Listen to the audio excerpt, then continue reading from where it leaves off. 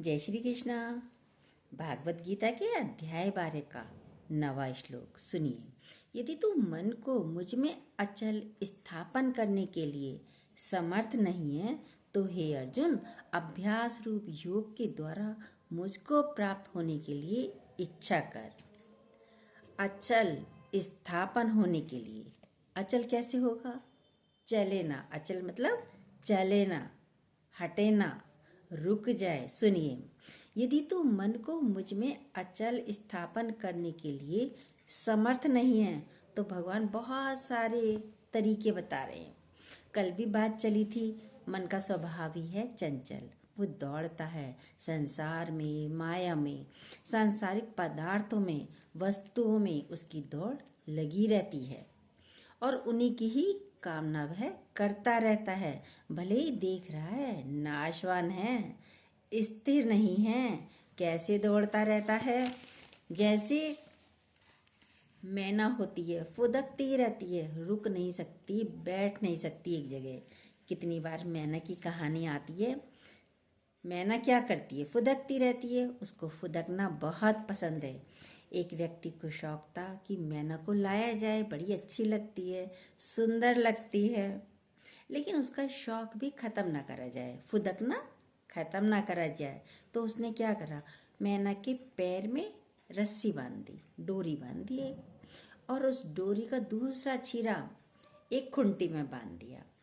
अब मैना क्या करती है? मैना फुदकती है, जहाँ तक डोरी जा सकती थी वहाँ तक घूमती है, कूदती है, उड़ती है, फुदकती है, फिर आकर वहीं बैठ जाती है।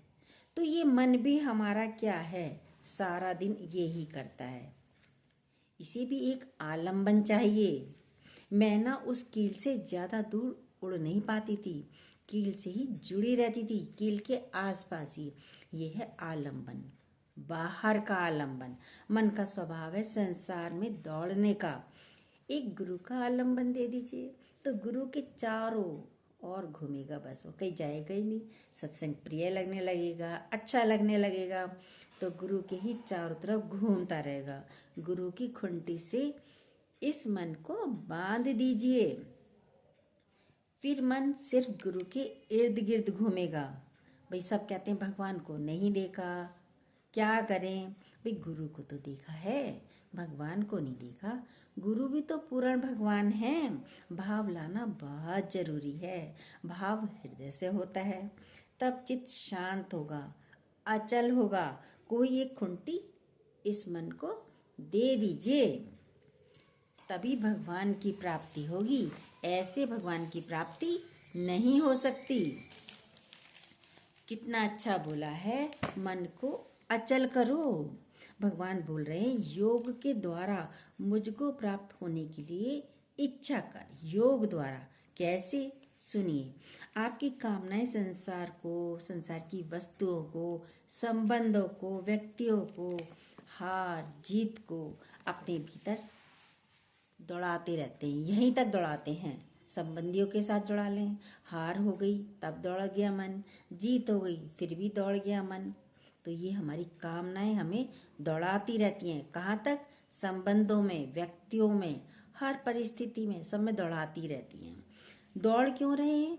क्योंकि सांसारिक वस्तुएं आपको पूर्णता नहीं देती। दौड़ भी लिए, बहुत सारा धन इकट्ठा हो गया, पूर्ण हो गए नहीं, अभी फिर कामना बची हुई है। देखिए, क्या सुख मिल गया? क्या पूर्ण पूर्ण भरपूर हो गए? संसारिक वस्तुओं को पाकर क्या भरपूर हो गए? नहीं हो पाते हो। अब अडानी, अंबानी, टाटा, बिरला, ये कितने भी बड़े बड़े व्यक्ति हैं, क्या उन्होंने कमाना बंद कर दिया? नहीं, कर ही रहे हैं काम, कर रहे हैं, कर रहे हैं, नहीं कर रहे हैं। पूर्णता नहीं आती है तो कितना अच्छा बुरा भगवान कह रहे हैं, तो मुझ में मन को अचल स्थापन कर। काम करना बुरा नहीं है, दौड़ना बुरा नहीं है, पर क्या करना है? इतने सारे धन का, अब बोरियां आपकी अनाज की भरी पड़ी, क्या करोगे? सड़ जाएगा। इतना सारा धन आ गया, कहाँ रखोगे? क्या करोगे? खाओगे तो वही, एक रोटी दो रोटी, पहनोगे तो वही, तन पे एक ही जोड़ी कपड़े, 2 जोड़ी भी नहीं पहन सकते। ज्वेलरी, लेडीज़ हैं तो कितनी पहनोगे? सिर्फ एक चैन, उससे ज़्यादा पहन के देखो, पहन ही नहीं सकते, आराम ही नहीं मिलेगा। शादी में भी कहीं जाते हैं, थोड़ी सी एक से दूसरी चीज़ कोई पहन लो, हाथों में पहन लो, गले में पहन लो, उतार नहीं दोगे तब तक आपको शांति नहीं पड़ेगी, चैन नहीं पड़ेगा। देखिए, पूर्णता कब है? जब खाली होते हैं। इन समान पदार्थों में पूर्णता नहीं है। तो भगवान कह रहे हैं, तू मुझ में मन को अचल स्थापन कर। जो वस्तु, पदार्थ, स्त्री आपके पास नहीं है, उसको पाने का यत्न करते रहते हैं। कुछ भी वस्तु प्राप्त करनी है तो प्रयत्न करते हो। भाई यदि कुछ भी प्राप्त करना है, किसी वस्तु को प्राप्त करनी है, चलो किसी को शादी भी करनी है, भाई इस लड़का है, शादी करनी है, मिल गई, उसको प्राप्त करने के लिए भी प्रयत्न तो करना है। तो भगवान को प्राप्त करने के लिए कोई प्रयत्न नहीं करना क्या? देखिए, हर चीज़ को पाने के लिए प्रयत्न करते हो और भगवान को चाहते हो वो ऐसे ही मिल जाए। भगवान कह रहे हैं, मन को मुझ में अचल स्थापन कर, तभी प्राप्त होगा। यदि तू मुझे चाहता है तो मन को अचल, जो चले ना इधर उधर, अचल स्थापन कर। संसार में तो विविधताएं हैं, कह रही हैं मन को मुझ में अचल स्थापन कर। ये नहीं कि अभी लगाया भगवान में और अभी हटा दिया, अब संसार में लगा दिया। अचल माना जहाँ से हटे ना, सारा समय स्थिर हो, अचल हो। आपका मन संसार में जा रहा है, इसको स्थिर करने के लिए क्या करना है? हे अर्जुन, अभ्यास रूप योग के द्वारा मुझको प्राप्त कर। परमात्मा तो सर्वत्र है, पहले इच्छा होनी चाहिए।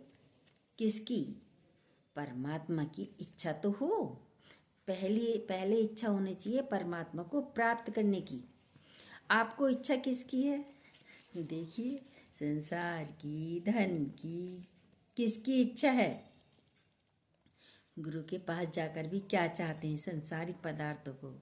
गुरु जी, जब से आपके पास आई हूँ ना, मेरे ये अच्छा हो गया, मेरे बेटे को नौकरी लग गई, मेरे बेटे की शादी हो गई। देखिए, पहले माँ बाप से मांगते रहते हैं, कभी ये नहीं सोचते माँ बाप हमारे पास रहे। माँ बाप से तो मांगते हो, कभी ये सोचा कि माँ बाप हमारे साथ रहें? पत्नी पति से मांगती रहती है, और फिर पति नहीं होता है तो फिर वो बच्चों के आगे हाथ फैलाती रहती है, मांगती रहती है। बच्चे ये नहीं कहेंगे तुम हमारे पास बैठ जाओ। भगवान कह रहे हैं, पहले तू मन को मुझ में अचल स्थापित कर दे मुझ में ही। धन कमा रहे हैं तभी उसमें लगते हैं, रोज बैठते। भाई धन कमाने के लिए भी क्या करते हैं? रोज जाना पड़ता है, कोई सर्विस पे जाता है, किसी के अपने ऑफिस हैं वहाँ जाता है, कोई बिजनेस करता है, तो धन कमाने के लिए भी कार्य करना पड़ता है, वहाँ भी बैठना पड़ता है। खेती बाड़ी भी जो करते हैं वहाँ भी रोज जाकर करते हैं काम।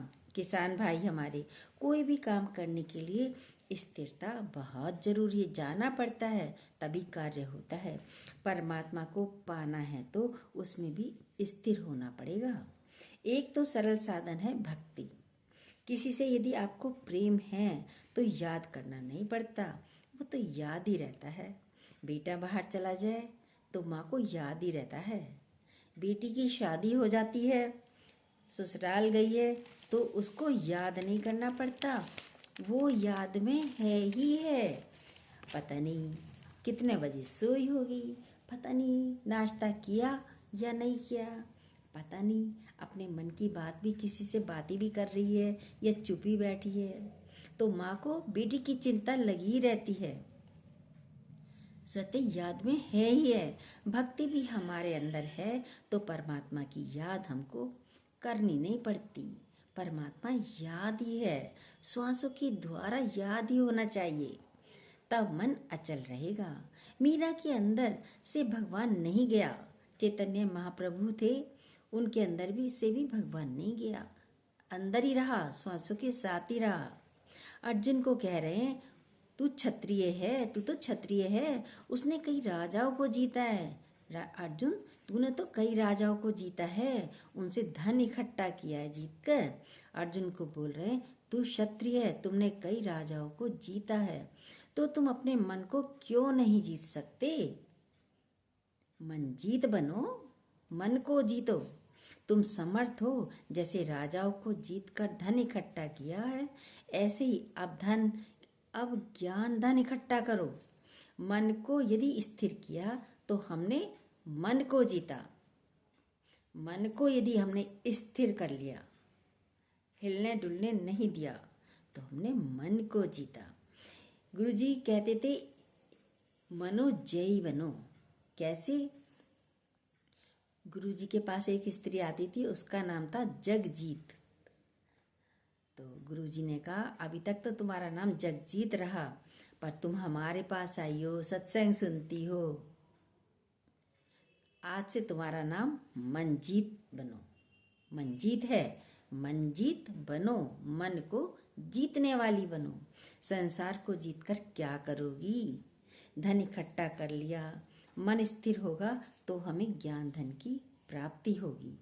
अर्जुन तो क्षत्रिय है, ज्ञानी है, फिर भी मन अचल नहीं हो रहा, उसका मन रुक नहीं रहा, भाग रहा है। तभी तो 18 ये अध्याय करने पड़े भगवान को, 700 श्लोक करने पड़े भगवान को।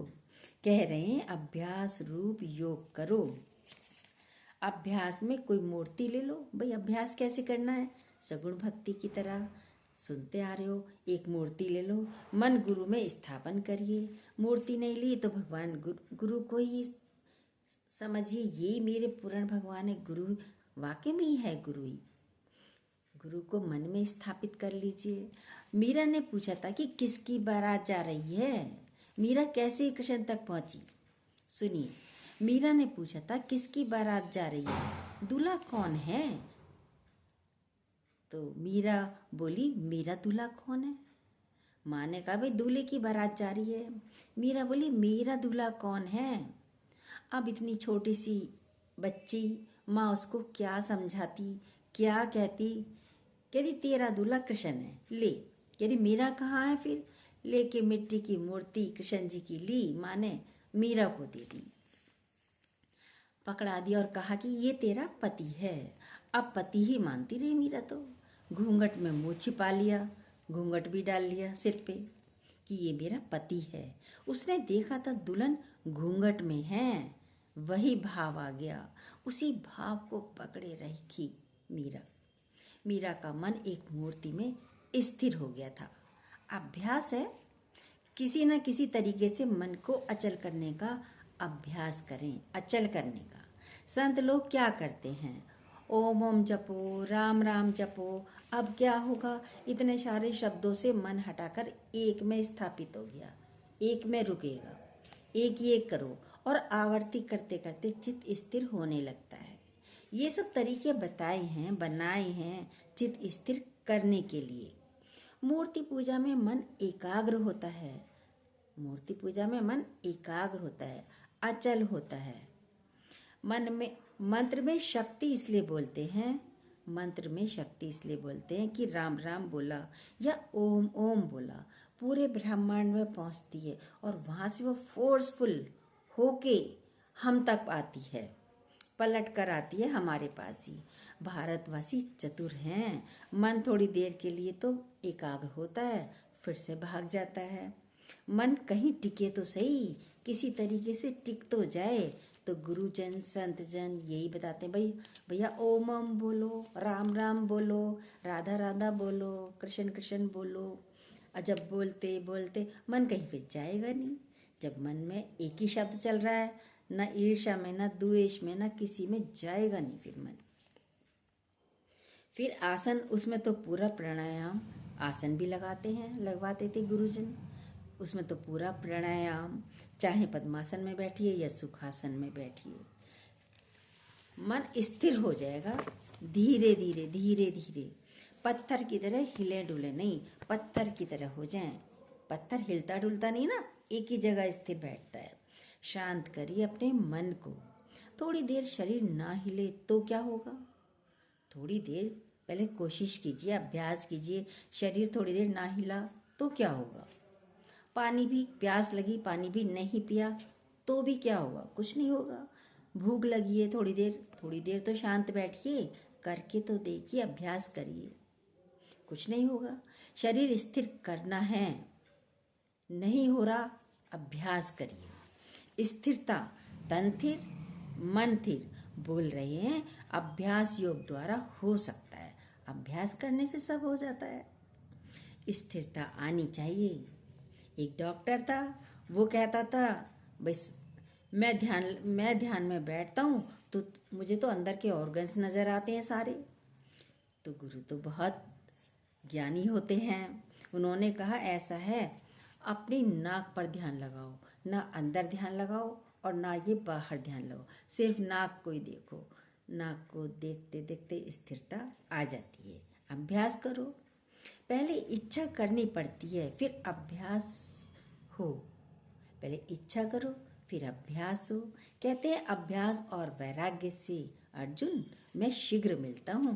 भगवान कृष्ण कह रहे हैं परमात्मा तो सर्वत्र है ही है। हम माँ देखेंगे, बेटी देखेंगे, हम ही अलग अलग देखते हैं। एक धन्ना भगत था, बच्चा था। बच्चा तो चंचल होता है। नाना ने एक मूर्ति उसको भी दे दी भाई, जैसे पूजा नाना करते थे ऐसे ही बच्चा करने लगा। धन्ना भगत करता था। पहले तो खेल खेल में ही पूजा करते थे। जैसे नाना जल चढ़ा रहे हैं वैसे खुद भी चढ़ा रहे हैं, जैसे नाना धूप बत्ती चढ़ा रहे हैं भगवान को ऐसे खुद भी करता था। जैसे भोग लगा रहे हैं नाना वैसे बच्चा भी करता था। ऐसे ही करते करते करते करते सब करते करते उसमें आस्था बन गई, भगवान में, मूर्ति में भक्त बन गया। मूर्ति से ही तो पाया उसने भगवान को। तो अभ्यास किया, करते करते स्थिरता आ जाती है। भगवान बोल रहे हैं क्षत्रिय जीत सकते हैं तो क्या हम नहीं जीत सकते? भगवान कह रहे हैं अर्जुन क्षत्रिय जीत सकते हैं, यानी क्षत्रिय, अर्जुन क्षत्रिय होकर उसने जीता ना, तो क्या हम लोग नहीं जीत सकते? हम भी जीत सकते हैं। यदि भगवान से जुड़े तो संसार से खुद ब खुद हट जाएंगे,